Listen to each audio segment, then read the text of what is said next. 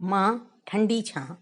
जब मैं बहुत छोटी थी, मैं और मेरी माँ मेरे नाना जी के घर में रहने आ गए थे।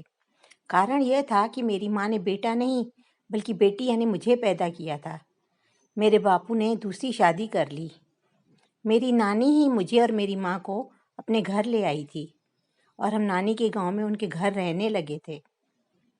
मेरी माँ अपने माता पिता की इकलौती संतान थी, लेकिन फिर भी शादीशुदा बेटियों को कौन मायके में रखता है। माँ के लिए बहुत से रिश्ते आते थे, परंतु मेरे कारण से रुक जाते थे कि वे रिश्ता तभी करेंगे जब उम्मा यानी मेरी माँ दूसरी शादी के बाद मुझे न तो अपने नए घर ले जाएगी और न ही मुझसे कोई रिश्ता रखेगी।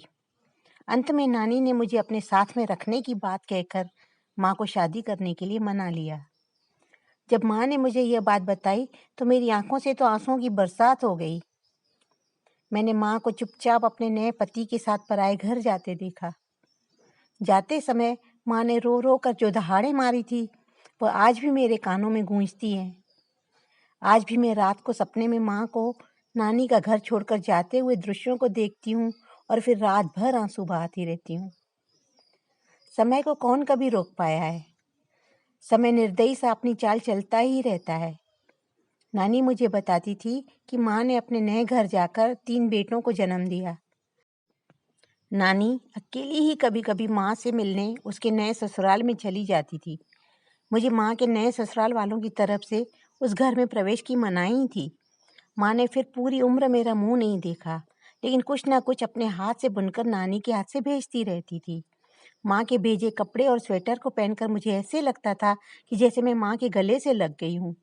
जब मैं सयानी हो गई तो नानी ने मेरे लिए भी रिश्ते देखना शुरू कर दिया, लेकिन मेरे आगे पीछे न तो माँ थी और न ही बाप था। यह कहकर रिश्ते वापस चले जाते थे कि मैं अनाथ हूँ।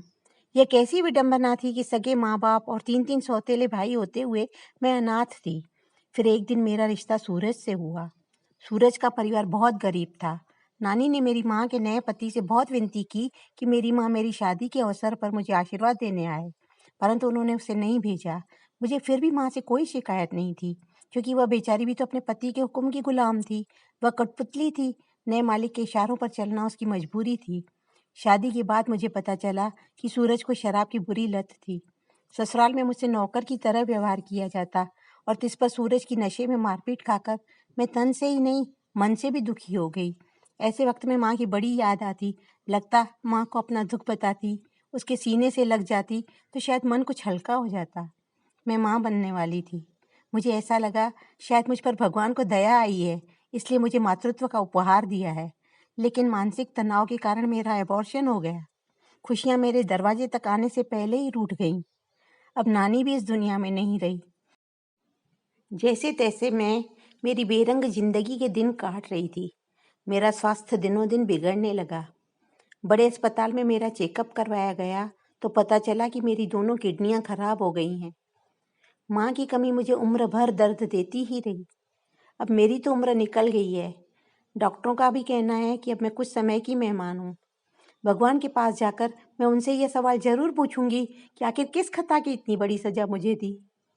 अब मैं ईश्वर से प्रार्थना करती हूँ कि किसी भी बेटी से उसकी माँ का प्यार ना छीना जाए, क्योंकि जिन बेटियों के सर पर माँ जैसे ठंडे पेड़ की छाँव नहीं होती हैं, वो बेटियाँ जल्दी सूखना शुरू कर देती हैं, जल्दी मुरझा जाती हैं और जीवन से मुंह मोड़ लेती हैं। तभी तो कहते हैं कि माँ ठंडी छाँ। खुशनसीब है वो जो रोज माँ को देखा करते हैं। एक हम है जो उनसे मिलने को भी तरसते हैं। जिसके साथ है रहती माँ, वो उसका प्यार नहीं समझते। बिन माँ के पले बच्चे उसके ममता भरे आंचल को तरसते। यह कहानी आपको कैसी लगी हमें कमेंट करके ज़रूर बताएं। कहानी अच्छी लगे तो वीडियो को लाइक करें, शेयर करें व चैनल को सब्सक्राइब करें। धन्यवाद।